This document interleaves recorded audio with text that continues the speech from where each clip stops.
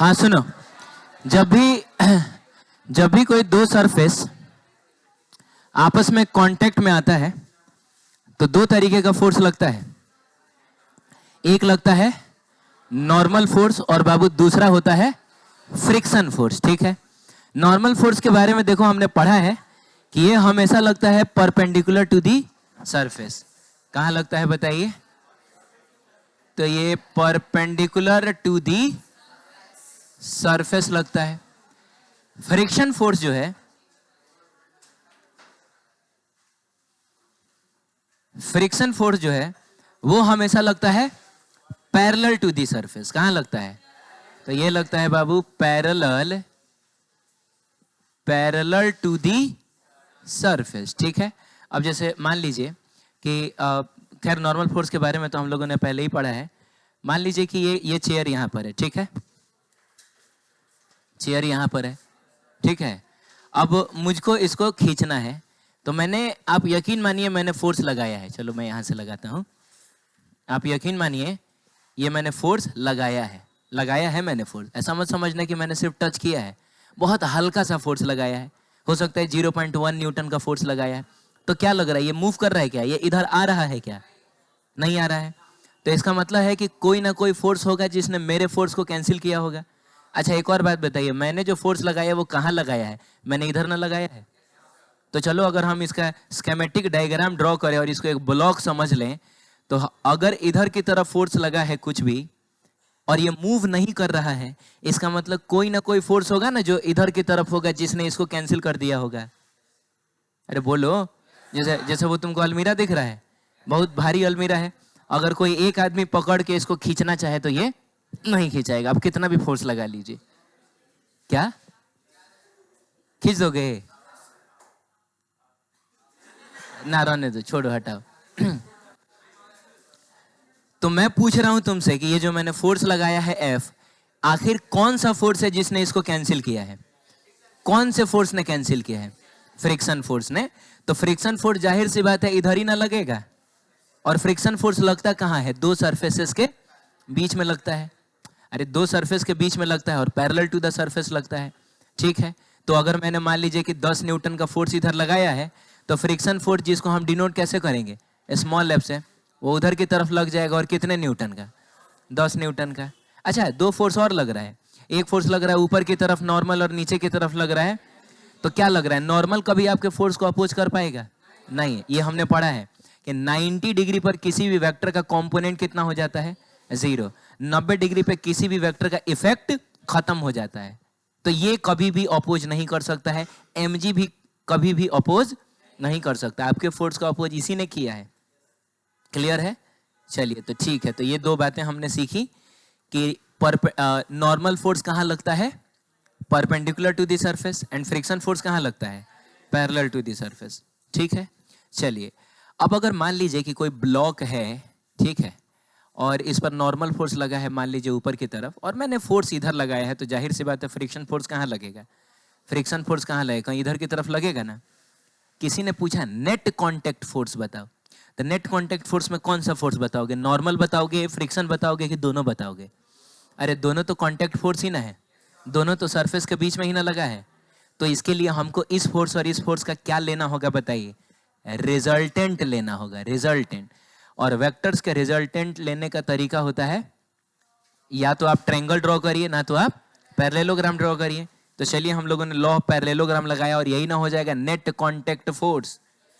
अब net contact force को चलिए एफ नेट से ही दिखा देते हैं, क्या दिक्कत है? तो ये जो एफ नेट होगा वो कितना होगा? Under root F square plus N square. अब देखो ये तो तुमको याद ही नहीं होगा। तुमको वेक्टर का ये कॉन्सेप्ट याद है जिसमें हम लोगों ने पढ़ा था कि अगर ये कोई वेक्टर ए होता है, ये कोई वेक्टर बी होता है, बीच का एंगल कितना होता है? थीटा होता है। तो जो रिजल्टेंट होता है वो कुछ ऐसा होता है, और रिजल्टेंट होता है under root A square plus B square plus 2ab और कॉस थीटा होता है। याद है? फिर से बोलो, under root A square plus B square plus 2ab cos theta. लेकिन अगर मान लीजिए ये थीटा जो है वो 90 डिग्री हो जाए, कितना हो जाए?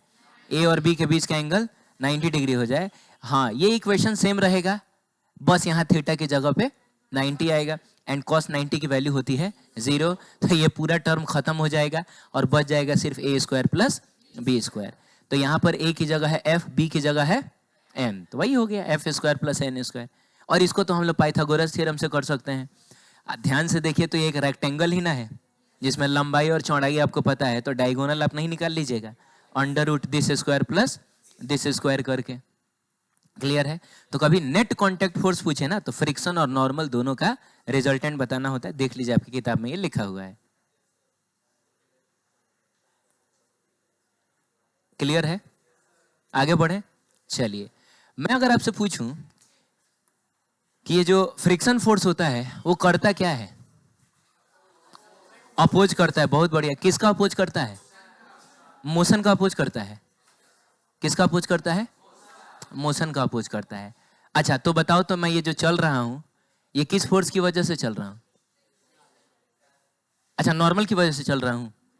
इतना तो न्यूटन्स फर्स्ट लॉ में तुमने पढ़ा है ना कि अगर मुझको इस डायरेक्शन में एक्सेलरेट करना है तो इस डायरेक्शन में फोर्स चाहिए। तो क्या लग रहा है, कितने लोगों को लग रहा है कि मैं नॉर्मल फोर्स की वजह से चल रहा हूं? नॉर्मल फोर्स कहां लग रहा है? ऊपर लग रहा है। और मुझको फोर्स कहां चाहिए? इधर चाहिए। तो क्या नॉर्मल मेरी मदद कर सकता है? नहीं कर सकता है। क्या मैं ग्रेविटेशनल फोर्स की वजह से चल रहा हूं? क्यों नहीं? क्योंकि ग्रेविटेशनल फोर्स लगता है नीचे और मुझको फोर्स चाहिए इधर। 90 डिग्री पे किसी भी फोर्स का इफेक्ट हो जाता है 0। तो यार कोई और फोर्स होगा। कौन सा फोर्स होगा? ऐसा फोर्स होगा जो इस सरफेस के पैरेलल लगा हो मुझ पे। तो बताओ वो कौन सा फोर्स हो सकता है? फ्रिक्शन हो सकता है। तो मैंने पूछा तुमसे कि बताओ मेरे चलने में किस फोर्स ने सपोर्ट किया है, और आप बोल रहे हैं कि फ्रिक्शन मोशन का अपोज करता है। यहां मैं चला ही फ्रिक्शन की वजह से हूं। अगर फ्रिक्शन ना रहे तो 1 इंच चलना मेरे लिए पॉसिबल नहीं है। समझ रहे हो? अरे बोलो ना।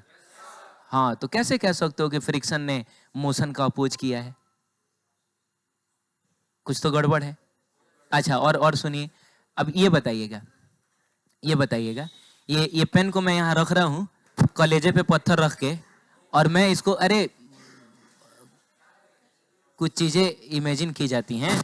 मैंने रख दिया है, देखो मेरे हाथ में नहीं है तो नीचे ही ना मैंने रखा होगा। ठीक है?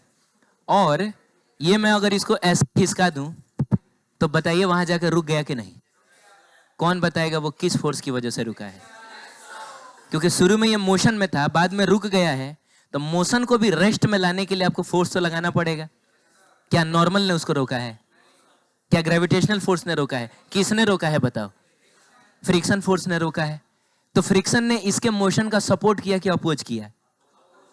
अरे यार ये तो गजब का फोर्स है।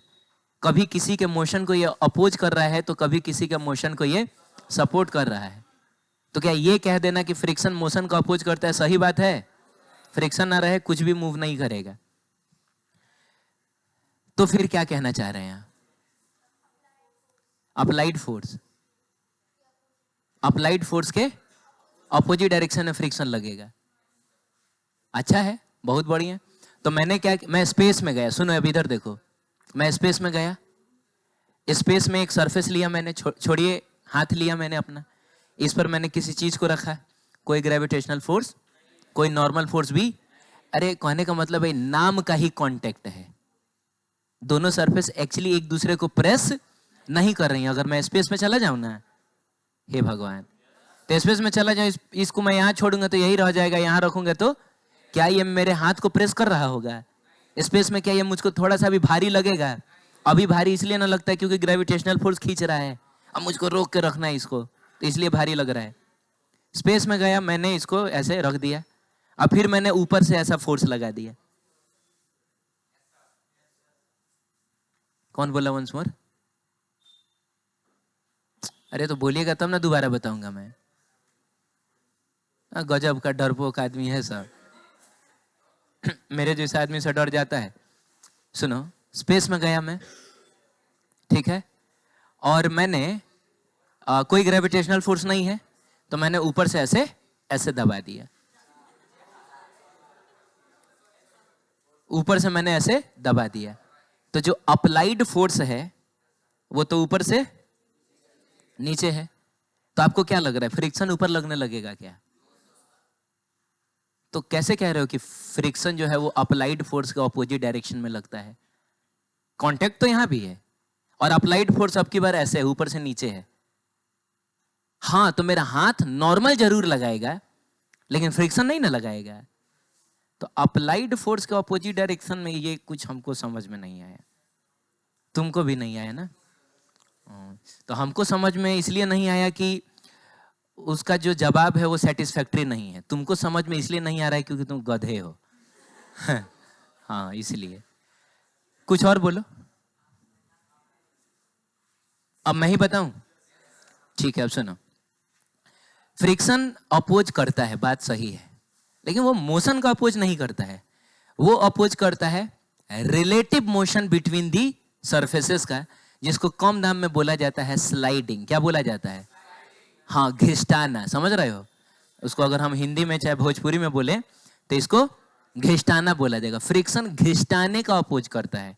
फ्रिक्शन कभी नहीं चाहता है कि एक सरफेस दूसरे सरफेस के ऊपर स्लाइड करे। एक सरफेस के रेस्पेक्ट में दूसरा सरफेस, अरे एक सरफेस के रेस्पेक्ट में दूसरा सरफेस मूव करे का मतलब घिसटाए। अरे रिलेटिव मोशन का मतलब यही ना हुआ कि एक को रोकना पड़ेगा आपको। तो एक रुका हुआ है और दूसरा अगर मूव करे तो एक के ऊपर दूसरे को घिसटाना ही ना पड़ेगा। तो फ्रिक्शन ये चीज कभी नहीं चाहता है। अरे बोलो ना। तो मान लो कि जब हम लोग चल रहे होते हैं तो होता क्या है? बताओ कि अगर हमको आगे बढ़ना है तो मैं अपने पैर से कहां फोर्स लगाता हूं? अच्छा, ये आप समझ रहे हैं ना कि हमको आगे बढ़ना है तो हमको पीछे फोर्स लगाना होता है। जैसे मान लीजिए कि ये चेयर है, इस चेयर के सहित मुझको आगे जाना है, ठीक है? इस चेयर के सहित मुझको आगे जाना है, तो बताइए अपने पैर से मैं कहाँ फोर्स लगाऊंगा? आगे लगाऊंगा। ये आप ही समझ रहे हैं। ये पैर से मुझको कहाँ फोर्स, ये देखो फ्रिक्शन ने मेरा साथ नहीं दिया, देख लो घिसटा गया। मतलब फ्रिक्शन, शांत रहिए, फ्रिक्शन ने कोशिश किया होगा ना, लेकिन वजन इतना ज्यादा है ना मेरा और कुर्सी का, दोनों का मिला के, कि शायद इतने मास को वो फ्रिक्शन भी सपोर्ट नहीं कर पाया। अब थोड़ा सा और ज्यादा ऐसे गड़ा के, और तब पैर को पीछे ही ना करना होता है। अब बोलिए। तो देखिए ये मैंने क्या किया, कैसे कर के पैर को मैंने देखिए पीछे किया है। पैर को मैं क्या कर रहा हूं? ये ऐसे ऐसे पीछे कर रहा हूं। तो मैं अपने पैर से इस धरती पे कहां फोर्स लगा रहा हूं? पीछे लगा रहा हूं। Due to Newton's third law, ये धरती मुझ पर कहां फोर्स लगाएगा? जिसकी वजह से मुझ पर नेट फोर्स आगे के डायरेक्शन में लगेगा और मेरा पूरा का पूरा सिस्टम जो है वो आगे की तरफ मूव करेगा, है कि नहीं? तो यहां पर बताओ फ्रिक्शन ने किया क्या? अब ध्यान से समझना। मैं तो ये चाह रहा हूं कि मेरा ये जो पैर है वो कहां चला जाए। अरे यार, मैं करना क्या चाह रहा हूं? ये देखो, मैं अपने पैर से पीछे फोर्स लगा रहा हूं ना, लेकिन फ्रिक्शन नहीं चाहता है कि यहां स्लाइडिंग हो। फ्रिक्शन नहीं चाहता है कि मेरा जो चप्पल है वो सरफेस के ऊपर घिसता है। तो बताओ, मैंने पैर पर पीछे फोर्स लगाया है, तो धरती फ्रिक्शन के जरिए कहां फोर्स लगाएगा? आगे फोर्स लगाएगा। तो आपको नहीं लग रहा है फ्रिक्शन ही है जिसने मेरे चप्पल को घिसटाने से रोका है? अब ये अलग बात है कि इसकी वजह से मुझ पर नेट फोर्स लग गया है और जिसकी वजह से मैं कहां चला जाता हूं? मैं आगे चला जाता हूं। ये देखिए, आगे चला गया। ठीक है, यहां पर देखिए, यहां पर देखिए, ये जो पेन को मैंने ऐसे रख था, ठीक है, और थोड़ी देर बाद जाके वो रुक गया था। तो फ्रिक्शन की वजह से रुका था, क्योंकि यहां पे पेन जो है एक्चुअल में घिसटा रहा था कि नहीं। और फ्रिक्शन कभी भी नहीं चाहता है कि एक सरफेस दूसरे के ऊपर घिसटाए। अरे बोलिए ना। तो इसीलिए चूंकि पेन जा रहा था आगे, फ्रिक्शन इस पर फोर्स लगा रहा था पीछे, ताकि वेलोसिटी और फोर्स एक दूसरे के ऑपोजिट डायरेक्शन में आ सके। और जब भी वेलोसिटी और फोर्स एक दूसरे के ऑपोजिट डायरेक्शन में होता है तो स्पीड कम होती है, इसीलिए इसकी स्पीड कम हुई थी और ये रुक गया था। बात समझ रहे हैं? तो फ्रिक्शन को घिसटाना पसंद नहीं है। सही है, चलिए पढ़ते हैं। लिखा हुआ है कि फ्रिक्शन फोर्स अपोजेस दी क्या? रिलेटिव मोशन, और इसको हम लोग कह सकते हैं स्लाइडिंग, ठीक है, या फिर टेंडेंसी ऑफ रिलेटिव मोशन। बोलिए। टेंडेंसी ऑफ रिलेटिव मोशन का मतलब वही टेंडेंसी ऑफ स्लाइडिंग का मतलब क्या होगा? कि एक्चुअल में स्लाइडिंग नहीं हो रहा होगा, लेकिन स्लाइडिंग की टेंडेंसी होगी। अब जैसे मान लीजिए ये कोई बहुत भारी अलमीरा है, ठीक है, बहुत भारी, और इस पर मान लो कि थोड़ा बहुत फोर्स लगाया गया 10 न्यूटन का, तो क्या लग रहा है, खिसक जाएगा क्या ये? जैसे वही अलमीरा था और मैं इस पर ऐसे फोर्स लगा रहा था, आप यकीन मानिए मैं अच्छा खासा फोर्स लगा रहा हूं, खिसक जा रहा है क्या? क्या हुआ? खिसका नहीं ना। तो आप बताइए कि क्या यहां स्लाइडिंग हो रही है? स्लाइडिंग तो नहीं हो रही है, लेकिन बताइए क्या यहां फ्रिक्शन लगेगा? लगेगा। फ्रिक्शन ही तो इसको रोक रहा है स्लाइड करने से, तो फ्रिक्शन इधर की तरफ लगेगा। तो आप बताइए यहां पर फ्रिक्शन ने स्लाइडिंग का अपोज किया है कि टेंडेंसी ऑफ स्लाइडिंग का अपोज किया है? अभी टेंडेंसी है, मतलब फ्रिक्शन नहीं होता तो सही में इधर आ जाता है। अगर वहां सरफेस पर एकदम पूरा स्मूथ कर दूं, मैं तेल वेल ग्रीस व्रीस सब लगा दूं, तब शायद हो सकता है कि हल्का सा भी मैं फोर्स लगाऊं तो वो आ जाए। बात समझ रहे हैं? तो यहां टेंडेंसी ऑफ स्लाइडिंग है। और ये जो पेन को मैंने ऐसे फेंका था तो थोड़ी देर के बाद ऐसे रुक गया था कि नहीं, तो यहां एक्चुअल स्लाइडिंग हुआ था। तो टेंडेंसी ऑफ स्लाइडिंग हो चाहे एक्चुअल स्लाइडिंग हो, फ्रिक्शन दोनों का अपोज करेगा। ठीक है, चलिए। फ्रिक्शन फोर्स भी मेनली दो टाइप का होता है। एक होता है आपका स्टैटिक फ्रिक्शन, दूसरा होता है काइनेटिक फ्रिक्शन। तो मैं कुछ एग्जांपल देता हूं, आप बताइए कि आपको क्या लग रहा है, कौन सा स्टैटिक फ्रिक्शन होगा और कौन सा काइनेटिक फ्रिक्शन होगा। और नाम से तो थोड़ा बहुत समझ में आ ही रहा है कि स्टैटिक का मतलब हुआ कि कुछ अगर रेस्ट में है तो वो स्टैटिक है, और कोई चीज अगर मूव कर रहा है तो वो हाँ काइनेटिक है, मतलब मूव कर रहा है, उसी के लिए काइनेटिक वर्ड यूज होता है। बताइएगा, ये मैं चल रहा हूं ऐसे ऐसे, कौन सा फ्रिक्शन लग रहा है मेरे चप्पल और सरफेस के बीच में? स्टैटिक है काइनेटिक? बोलिए। अच्छा, कुछ ऐसा लग रहा है कि कुछ लोग स्टैटिक बोल रहे हैं इसमें? हाथ उठा के बोलिएगा कितने लोग स्टैटिक बोल रहे हैं। तुम दोनों बोल रही है। मैं चल रहा हूं तो मैं मूव कर रहा हूं ना, मैं मूव कर रहा हूं तो स्टैटिक फ्रिक्शन लग रहा है। आप अपने बात पढ़े हुए हैं? देखिए बेइज्जती होने का खतरा है। अच्छा कोई बात नहीं है। और कितने लोग कह रहे हैं कि सर ये काइनेटिक फ्रिक्शन होगा? का... हाँ हाथ उठाओ ना यार, गजब कर रहे हो तुम लोग। काइनेटिक फ्रिक्शन होगा, सही है, चलो ठीक है। अच्छा अब मान लीजिए कि मैं मान लो कि अ, ऐसे ना चल के अगर मैं ऐसे चलने लगा, ऐसे ऐसे करके चलने लगा, तो यहां भी फ्रिक्शन लग रहा है। यहां तो देखा जाए तो एक पैर रेस्ट में रह रहा है, लेकिन दूसरा पैर ऐसे घिसटा रहा है कि नहीं? तो आप बताइए कि जो पैर घिसटा रहा है उस पर कौन सा फ्रिक्शन लग रहा होगा, स्टैटिक की काइनेटिक? आप लोग मजाक बना रहे हैं क्या?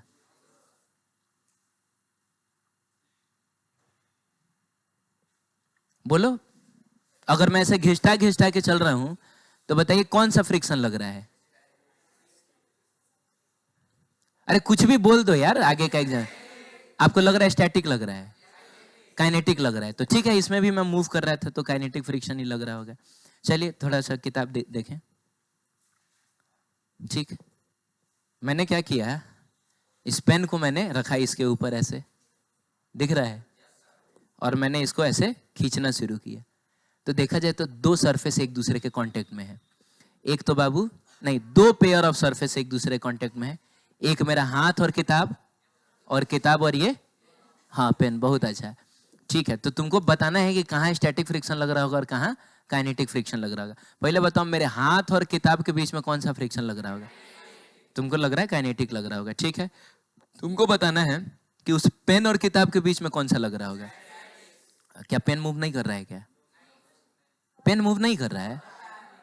पेन पेन में तुम्हारे रेस्पेक्ट में देखा जाए तो पेन मूव नहीं कर रहा है, पेन रेस्ट में है, पेन रेस्ट में है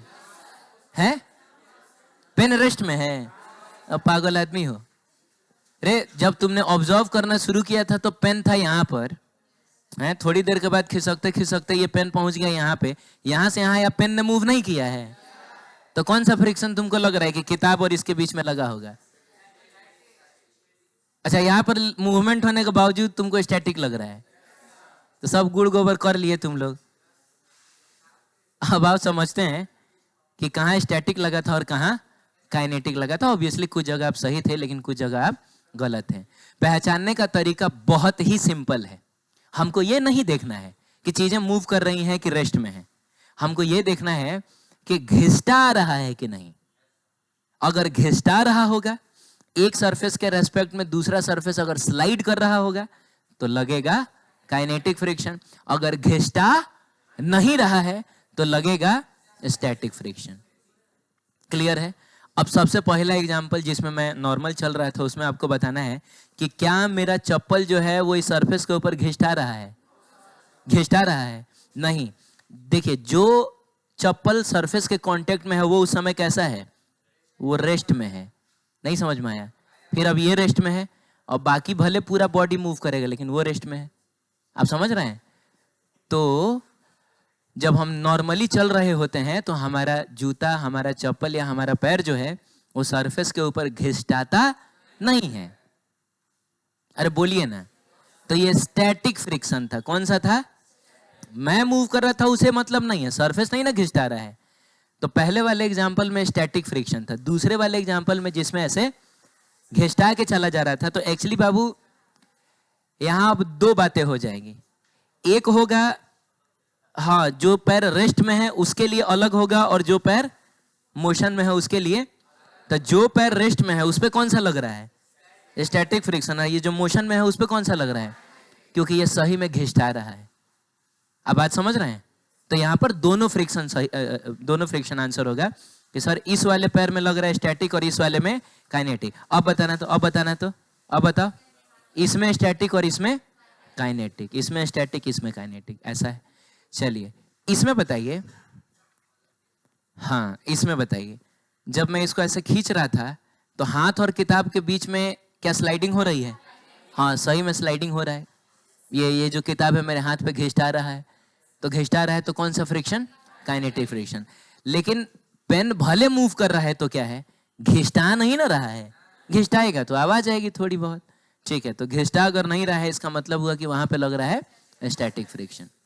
क्लियर? पकड़िए, बारी बारी से दोनों के बारे में देखेंगे। स्टैटिक फ्रिक्शन, तो स्टैटिक फ्रिक्शन तब लगता है, static friction acts between the surfaces if there is a tendency of क्या? Relative motion.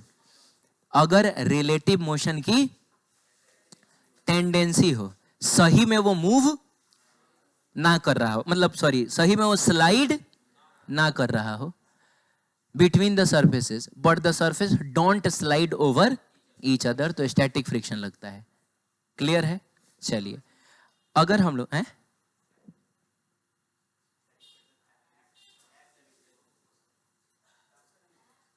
अरे यार सी छूट गया है क्या?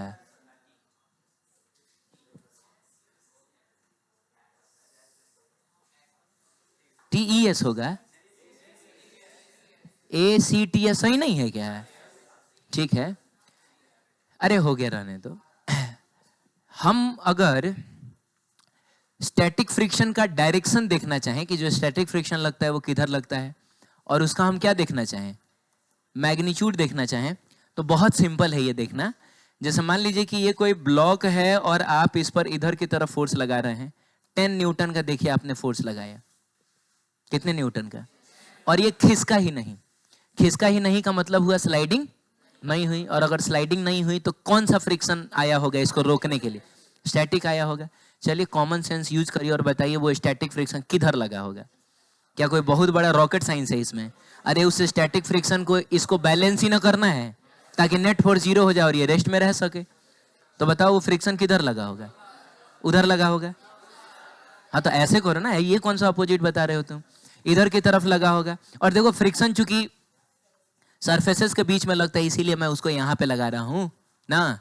तो एक चीज तो हमको समझ में आ गया कि डायरेक्शन जो होता है वो opposite to the net applied force ना। लेकिन एक और बात है, नेट अप्लाइड फोर्स में हमको सब फोर्स से मतलब नहीं है, हमको सिर्फ उस फोर्स से मतलब है जो सरफेस के पैरेलल हो। नहीं समझे आप?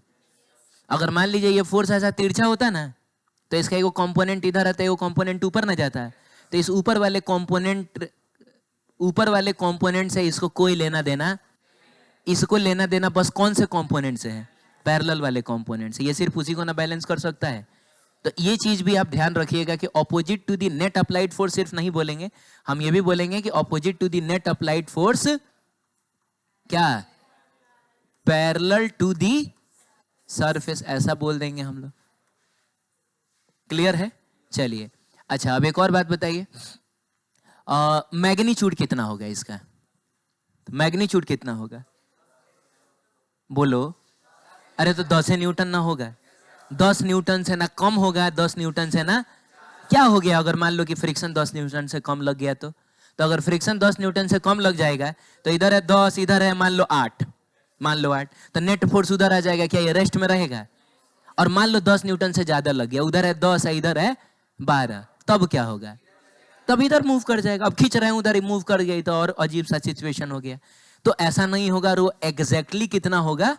सेम होगा। तो हम लोग बोलेंगे कि equal to the net applied force parallel to the surface, माने डायरेक्शन में अपोजिट होगा और मैग्नीट्यूड में इक्वल होगा। क्लियर है? देखिए लिखा होगा उसमें ये। चलिए क्वेश्चन है, क्वेश्चन है, ये आपको 3D में दिखाया गया है। तो हॉरिजॉन्टल प्लेन आपको समझ में आ रहा है ना वो, और जो दो फोर्सेस लगी है 10-10 न्यूटन की, बताइए उनके बीच का एंगल आपको कितना नजर आ रहा है? मैंने फील हो रहा है ना कि 90 डिग्री है, 90 डिग्री है। तो इधर वाले को नॉर्थ बोला, इधर वाले को साउथ, इधर वाले को ईस्ट, इधर वाले को। हम एक काम करते हैं ना, हम इसका फोटो बनाते हैं ऐसा ऊपर से देख के। अरे कहां से? ऊपर से देख के। तो ऊपर से देखोगे तो तुमको खाली ये टॉप ही ना दिखाई देगा, तो वो कुछ तुमको ऐसा दिखेगा। और चलो हम लोग जो अपना ट्रेडिशनल डायरेक्शन है, ऊपर की तरफ नॉर्थ, इधर की तरफ क्या?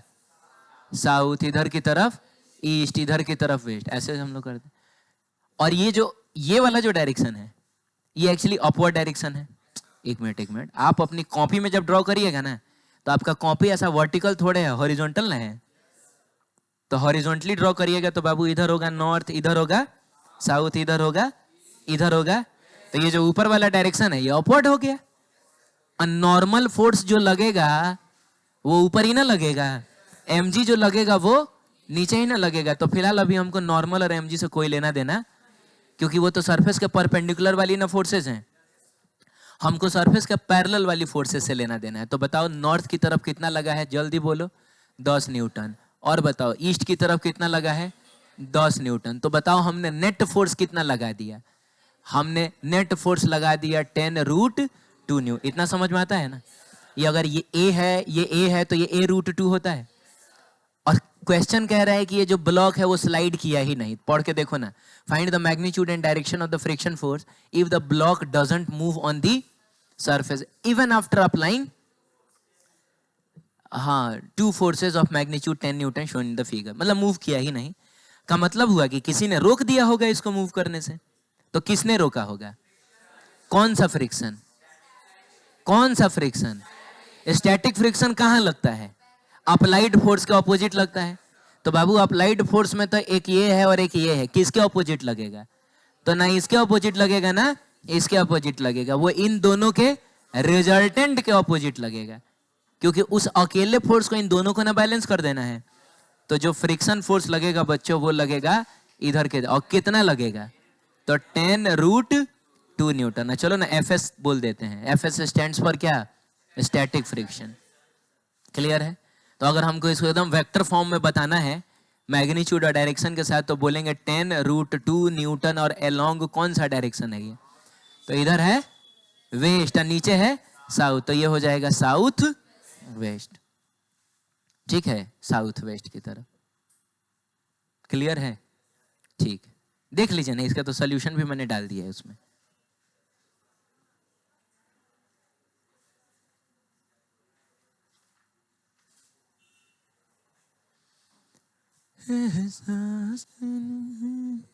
हो गया, आगे बढ़ सकते हैं। अब सुनिएगा, स्टैटिक फ्रिक्शन जो है, सुनो, स्टैटिक फ्रिक्शन जो है बाबू, वो एक सेल्फ एडजस्टेबल फोर्स होता है। सेल्फ एडजस्टेबल फोर्स होने का मतलब हुआ सिचुएशन के हिसाब से वो अपना मैग्नीट्यूड और अपना डायरेक्शन खुद ही एडजस्ट कर लेता है। बोलिए। अब जैसे मान लीजिए कि ये आप इस बोर्ड को ना हॉरिजॉन्टल प्लेन समझिएगा। पता नहीं आप सोच भी पा रहे हैं कि नहीं कि मैं कहना क्या चाह रहा हूं। हॉरिजॉन्टल प्लेन समझिएगा का मतलब हुआ कि एक ब्लॉक ऐसे सिंपल से रखा हुआ है। अरे बोलो, ये कौन है जो बीच बीच में बोल रहा है? रखा हुआ है तो रिपीट कर रहा है, रखा हुआ है।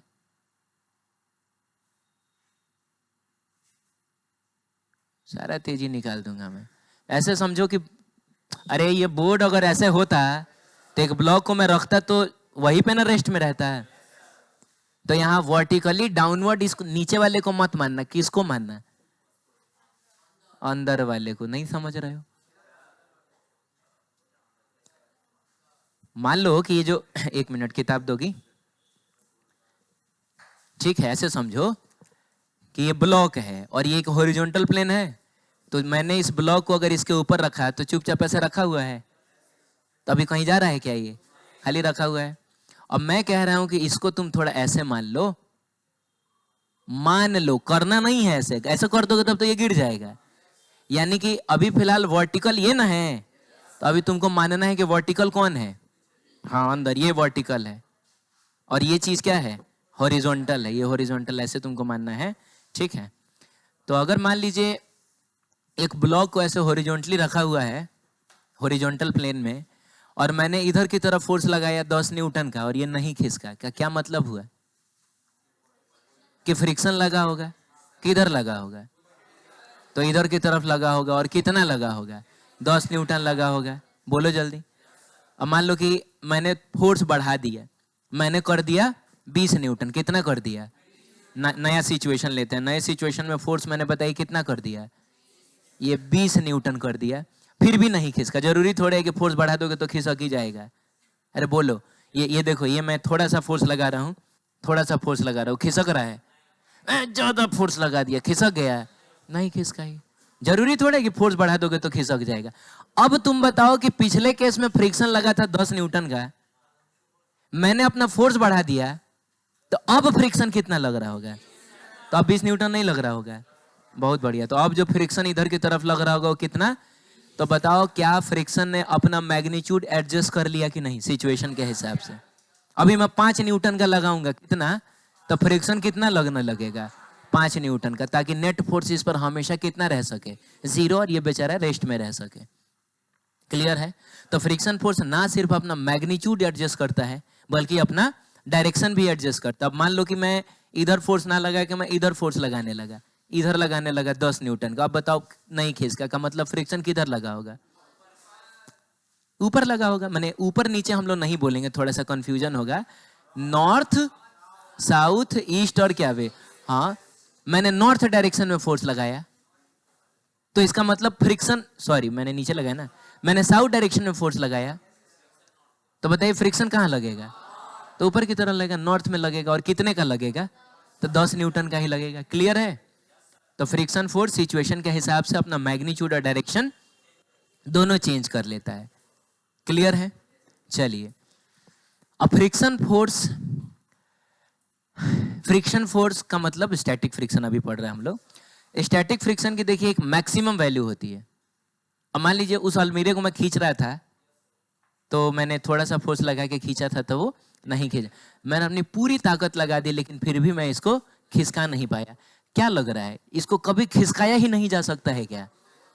मान लो मैं पूरी क्लास को बुला लूं, क्या सब लोग मिलके इसको खिसकाते हैं, तब भी क्या ये नहीं खिसकेगा क्या? यानी कहने का मतलब है आप कोशिश करिएगा तो आप स्टैटिक फ्रिक्शन को हरा सकते हैं। बोलिए जल्दी।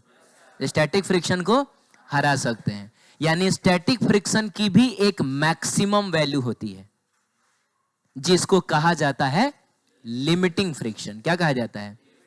Limiting friction. और बाबू, इस लिमिटिंग फ्रिक्शन की वैल्यू होती है mu S into normal. Mu S को कहा जाता है coefficient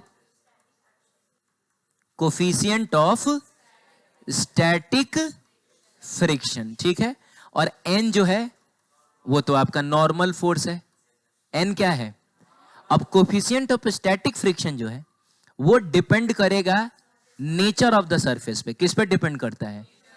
nature of the surface पे डिपेंड करता है। सरफेस अगर स्मूथ है तो म्यू की वैल्यू कम होगी और लिमिटिंग फ्रिक्शन भी कम हो जाएगा।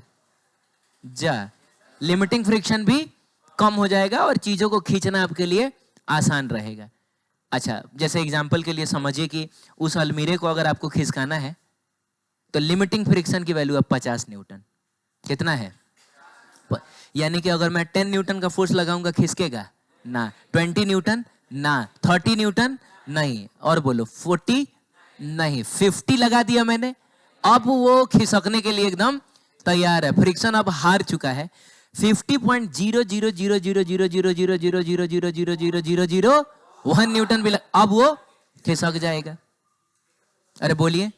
हाँ, तो लिमिटिंग फ्रिक्शन को हरा के ही ना हम उसको खिसका पाएंगे। अब फिलहाल अभी लिमिटिंग फ्रिक्शन 50 न्यूटन था, यानी उसको खिसकाने के लिए कम से कम कितना लगाना पड़ेगा? कम से कम 50 न्यूटन तो आपको लगाना पड़ेगा।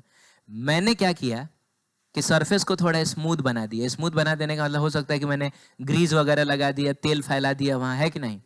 अब बताइए, क्या अभी भी वही 85 न्यूटन पर वो खिसकेगा? हो सकता है कि आप कहीं 30 न्यूटन पर ही खिसक जाए।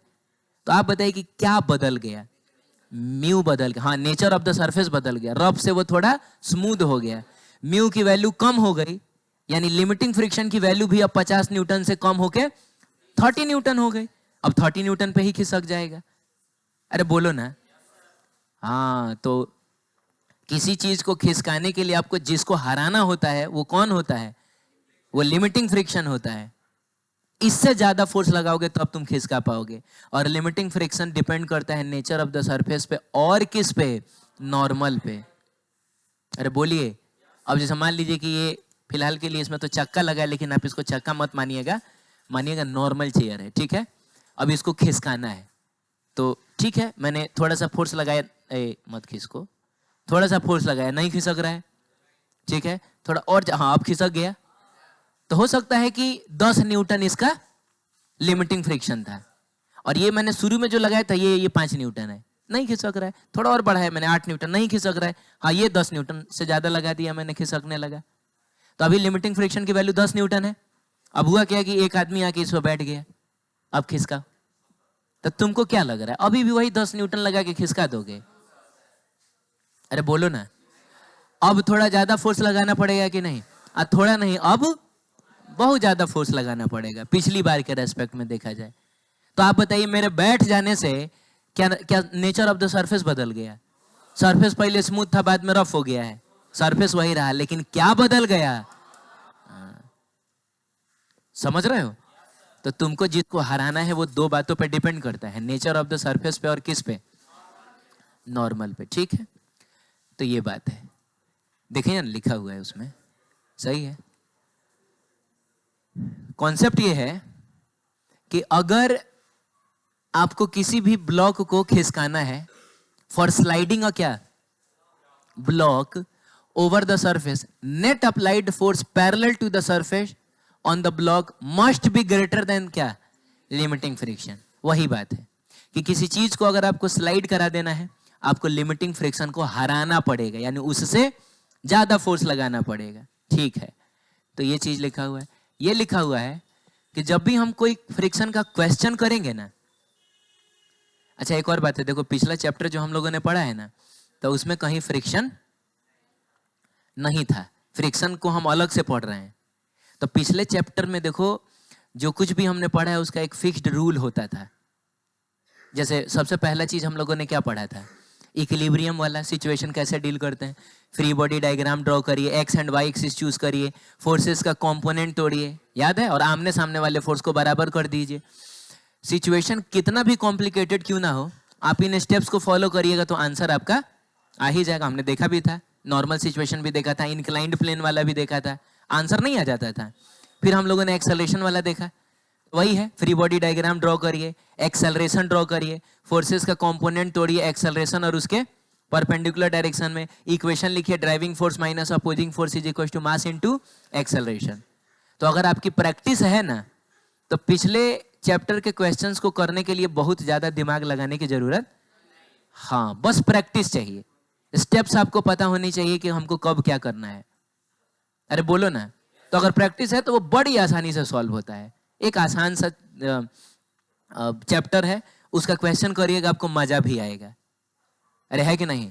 तो एनएलएम जो है, न्यूटन्स लॉज ऑफ मोशन नाम का चैप्टर, एक बंगले की तरह है, बहुत बड़े बंगले की तरह है। हाँ, उसमें घूमने फिरने में हमको काफी मजा आएगा। फ्रिक्शन जो है वो है भूत। क्या है? वो भूत है। आज जैसे ही भूत को बंगले में डाला जाएगा वो क्या बन जाता है? वो भूत बंगला बन जाता है। यानी आप यकीन मानिए, नॉर्मल एक एनएलएम का क्वेश्चन हो और उसमें अगर फ्रिक्शन डाल दिया जाए ना, तो अच्छे अच्छे लोगों की हालत खराब हो जाती है कि अब इसको हम क्या करें, कैसे सॉल्व करें। लेकिन घबराने की जरूरत नहीं है। अगर तांत्रिक बढ़िया है आपके साथ तो ठीक है, कितना भी बड़ा भूत हो, डरने की जरूरत नहीं है। तो सबसे पहले समझिए कि हम करेंगे क्या। फ्रिक्शन वाला अगर कोई क्वेश्चन आ जाए तो what should be your first step. पहला स्टेप ये होना चाहिए कि आप सब छोड़ छाड़ के पहले क्या निकाल लीजिए, पहले आप निकाल लीजिए, ताकि पता चल सके कि वो चीज मूव करेगा भी कि नहीं। अब जैसे एग्जांपल देता हूं मैं, मान लीजिए कि बोला है कि एक ब्लॉक है कितने केजी का, 5 केजी का, और कोफिशिएंट ऑफ स्टैटिक फ्रिक्शन की वैल्यू है 1 ले लिया जाए, छोड़िए कितना ले लिया जाए, 1 ले लिया जाए, और इधर लग गया है 30 न्यूटन का फोर्स। बताइए इसका एक्सेलरेशन कितना होगा? एक्सेलरेशन कितना होगा? नहीं, कोफिशिएंट ऑफ स्टैटिक फ्रिक्शन दिया हुआ है 1, फ्रिक्शन को इग्नोर नहीं करने का है। अब सुनो ध्यान से, सबसे पहला काम हम लोग क्या करेंगे? अरे सबसे पहला हम लोग क्या करेंगे? हम लोग लिमिटिंग फ्रिक्शन की वैल्यू निकालेंगे। Generally in questions related to क्या? Friction, first we have to find the value of limiting friction. सही है? हाँ, तो सबसे पहले लिमिटिंग फ्रिक्शन की वैल्यू निकालेंगे। लिमिटिंग, अच्छा आप लोग आंसर बता रहे हैं क्या? वो कमाल के आदमी हैं आप लोग। तो लिमिटिंग फ्रिक्शन होता क्या है? म्यू एस इंटू नॉर्मल होता है। ए बाबू, तो नॉर्मल ऊपर लगता है और mg कहाँ लगता है? और चूंकि इस डायरेक्शन में तो मूवमेंट नहीं ना हो रहा है, तो कंफर्म है कि नॉर्मल कितना न्यूटन है? 50 न्यूटन है। म्यू एस की वैल्यू 1 दी गई है और ये दिया गया है 50 न्यूटन का मतलब कितना? 50 न्यूटन। आप ये बात समझ पाए? लिमिटिंग फ्रिक्शन है 50 न्यूटन, यानी अगर इस ब्लॉक को तुमको खिसकाना है, कम से कम कितना लगाना पड़ेगा? 50 या फिर उससे ज्यादा। और तुमने कितना लगाया है? हो गया। इसका सही आंसर है, ब्लॉक का एक्सेलरेशन होगा 0। अरे ये बात समझ लिए? हाँ, मान लो कि यही 30 न्यूटन ना दे, कहीं 60 न्यूटन दिया होता, तब ये मूव करेगा कि नहीं? हाँ, अब ये मूव करेगा, और फिर क्या करना वो हम लोग आगे देखेंगे। तो पहले हम लोग निकालते हैं लिमिटिंग फ्रिक्शन, ताकि ये पता चल सके कि वो चीज मूव करेगा भी कि नहीं। क्लियर है? चलिए, अगर नहीं करेगा तो नहीं करेगा, और करेगा तो क्या करना है वो हम देखेंगे नेक्स्ट क्लास में। ठीक है? हाँ।